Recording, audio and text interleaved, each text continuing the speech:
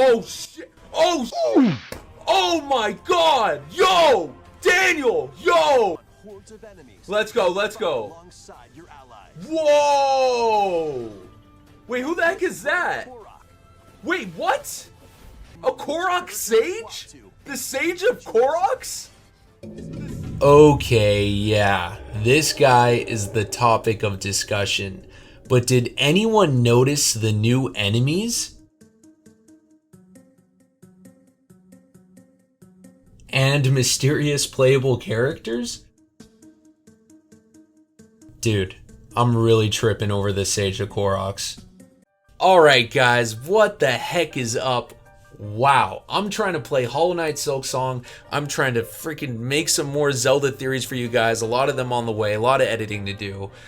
And of course, Nintendo comes in with the most recent Nintendo Direct and drops all this insane potential for theories and lore for Hyrule Warriors Age of Imprisonment. Wow. And I just got back from vacation, so I'm trying to get used to all this. Man, I'm working on some more videos. I'm trying to get a new YouTube studio. This is just, wow. But anyway, guys, so here's the plan. We're going to address some final theories for Age of Imprisonment. We're also going to go over some of my previous videos. Of course, I made a lot of videos before I knew this game to be called Age of Imprisonment. I actually thought it was going to be called Hyrule Warriors: The Imprisoning War. I made a logo for that. I'm going to put it right here. But it's just so crazy that this is finally happening.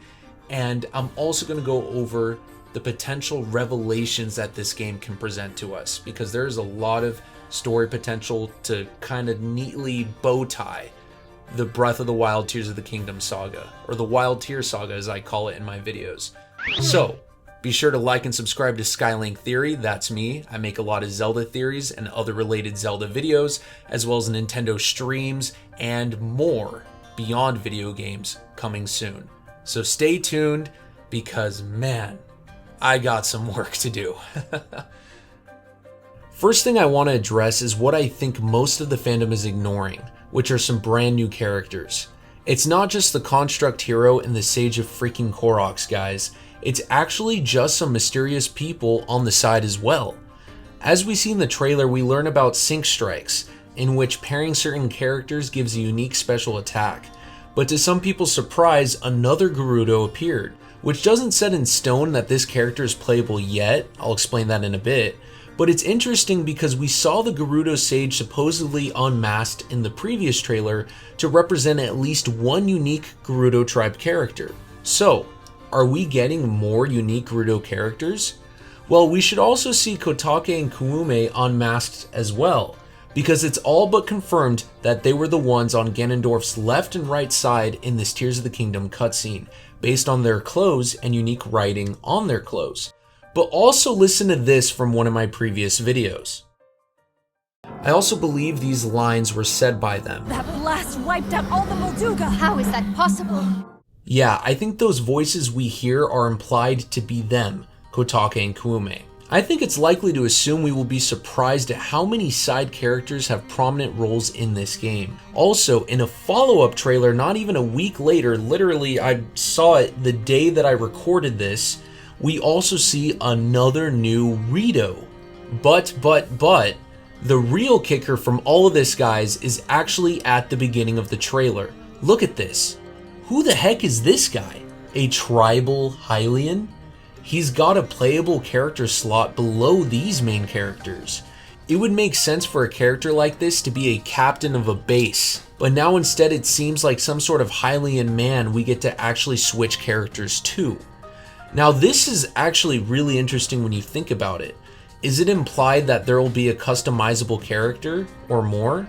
Could it be standard characters of Hyrule's races that can have a custom look, and similar to Fire Emblem Warriors, you can choose what type of class that warrior will be or grow into? Or rather, is this typical looking tribal Hylian man actually a fully fleshed character with his own voice lines and his own story impact? In Age of Calamity, we see two types of characters for each of Hyrule's races: Sheikah, Hylian, Gerudo, Goron, Rito, and Zora. They added the Breath of the Wild successors, later named to be the Sages, except for Teba, but Tulin did appear and was foreshadowed, kinda interesting thing there. But for Age of Imprisonment, our likely playable cast are the 7 main sages, plus Sonia, plus the Construct Hero, plus the Korok Sage, so that's 10. A smaller cast actually, so it would make sense that we can get some more characters. Hopefully these characters will actually have some story significance or actually be customizable warriors in which we pick their class of combat. I'll also go over this at the end, but since it's very, very likely a lot of the big main characters will die, and there could be some separation of characters, or there might need to be a unique final boss, so it would make sense to have some remaining characters left to choose for the endgame climax. Of course, there still is a lot of mystery to some of the main story playable characters, so let's go over them. Okay, so now let's focus on Sonia, Zelda, and the Construct Hero. It's interesting to see Sonia actually fight a lot of these enemies because we can assume the imprisoning war to start once Ganondorf takes Sonia's secret stone, especially since Ganondorf also pledges false fealty to supposedly stop the conflict. So, when does all this fighting really take place, especially for Sonia? Well, I did talk about Rauru and Sonia's Pilgrimage of Light in a previous video in which Rauru and Sonia purged demons and sealed/purified them in shrines of light that Link would see in Tears of the Kingdom. But those pilgrimage events are most likely before Zelda even arrives, unless the game, Age of Imprisonment, begins with Rauru and Sonia's missions before Zelda arrives in the past. That would actually be pretty cool.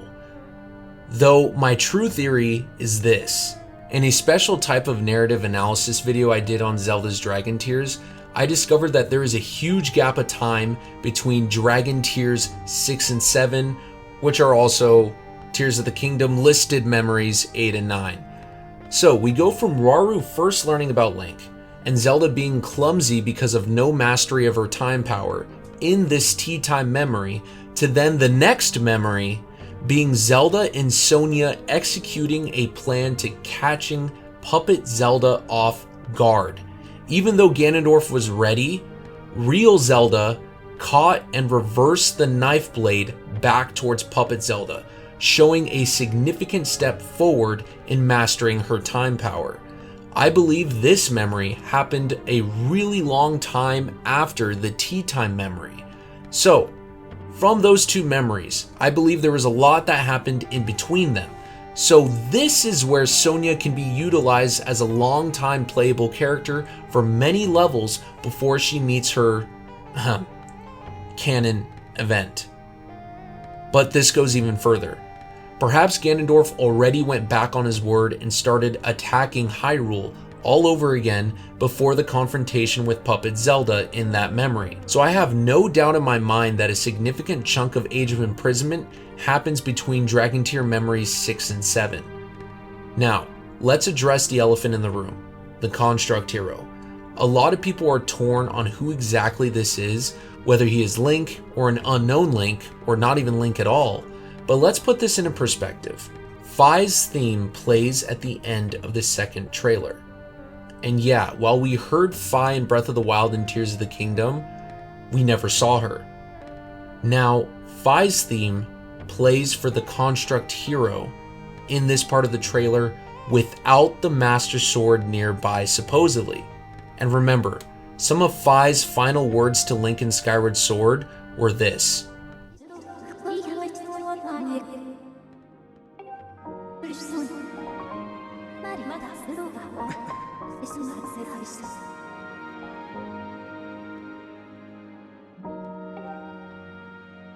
So can Minoru extract a spirit from a dead Link and put it in this construct? Or is this Hero of the Wild Link's spirit sent through time like a lot of people believe? I think the latter would be pretty lazy since nobody in the Tears of the Kingdom past the imprisoning war has really met Link, and that would need such a cool explanation if they're actually going to do that. Like, they gotta actually really explain how Link, when we played as him during the entire events of Tears of the Kingdom, how he literally somehow found an opportunity to send his soul back in time, or maybe he did it after the events of Tears of the Kingdom. Maybe Zelda said, hey Link, now that we defeated Ganondorf, you know, in order for our plan to work, you actually have to send your spirit back in time. You want to do that? You know, even though Ganondorf is dead, we gotta solidify that. So you're gonna need to send your spirit back in time now that we already defeated Ganondorf, so you could help us out in the imprisoning war when I lived in the past. I mean, imagine if Zelda said something like that. Like, they gotta come up with a cool explanation. Are you guys following me? Like, this has got to be really well thought out if they're gonna do that. Not like the conundrum of the sages coming back in time from the present, the Breath of the Wild present, coming back in time into Age of Calamity to save the champions from dying, to create an alternate timeline. Like, that was such a cop-out, and they never expanded on that at all. Man, that's a cool creative choice, but they were so lazy about explaining it. Like, I had to make like 5 videos trying to make it make sense. So, let's go back to the Construct Hero. I'm going with the fact that he's another unknown Link. I think it would be better if his spiritual identity was not obvious, because that could still be a greater mystery that people can make videos on. I can freaking make 5 videos on it. Your other favorite Zelda YouTubers can make 5 videos on it. Like, even after Age of Imprisonment comes out, we could still not have a concrete answer on who he could be. So I'd rather have the Construct Hero be its own unknown character than the specific Hero of the Wild. Anything but the Hero of the Wild, please, come on. So finally, I want to theorize, predict, and bet on some ending stuff. So I made some theories on what this game's story could be and how it could end, and I had ideas for if Link went back in time with Zelda, and if Age of Imprisonment instead took place in the modern day instead of in the past, or both. And I'm going to be honest, guys, I would actually not mind, maybe even be happy, if this game was actually another split timeline. Look, I know a lot of Zelda YouTubers are not happy about that. They really want this to be canon and certain characters to die, and they hate Age of Calamity because it was a separate timeline. Dude, I actually love that. I super love that. Like, I made my whole speculation for this Hyrule Warriors sequel specific for Tears of the Kingdom. Like, all of my speculation, all of my theories came based off of that notion that it would be a separate timeline or a continuation of the Age of Calamity timeline. I even came up with a multi-split timeline theory called the Light Dragon's Paradox, in which Tears of the Kingdom's looping timeline was caught in a timeline split through the Sheikah Guardian Terraco from Age of Calamity. I got so crazy with it that I assumed the Breath of the Wild champions would actually help fight Ganondorf, since the Tears of the Kingdom sages would be too young or not born yet, making the Breath of the Wild champions the new alternate timeline sages. I mean, I really believed that the Sheikah Zonai technological correlation would be expanded in a game like this, and that the mysterious artifact in Age of Calamity that Zelda right here is holding in her hands would be a message from Sonia and Zelda in the past, sent to Zelda's mother in the present, that Zelda's mother would then go over it with Zelda when she was younger. Yeah, that she would go over it with when she was younger, also in the present, but technically not the present because it's the less past, 100 years before Breath of the Wild. Oh, you get it. But now, all of that is extremely unlikely. Those ideas were beautiful. I loved writing them, but obviously Age of Imprisonment takes place in the past, and it supposedly will be a canonical tale, and that's it.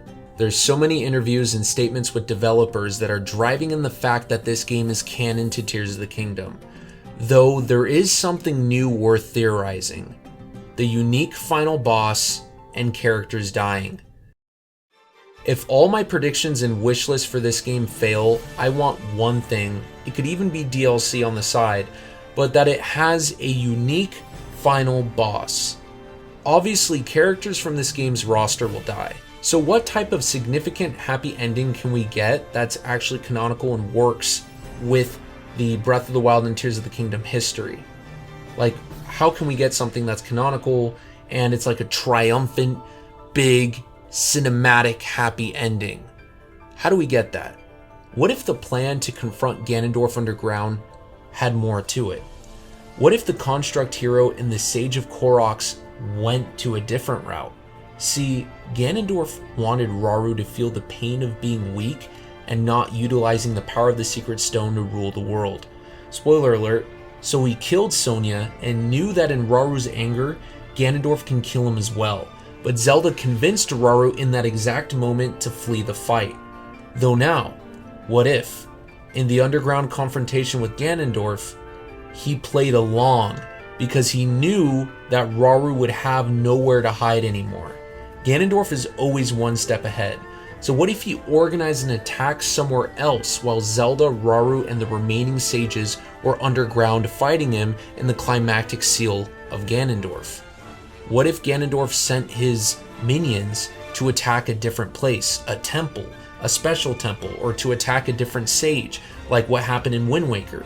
You know, Ganondorf is very cunning. He's a very smart guy.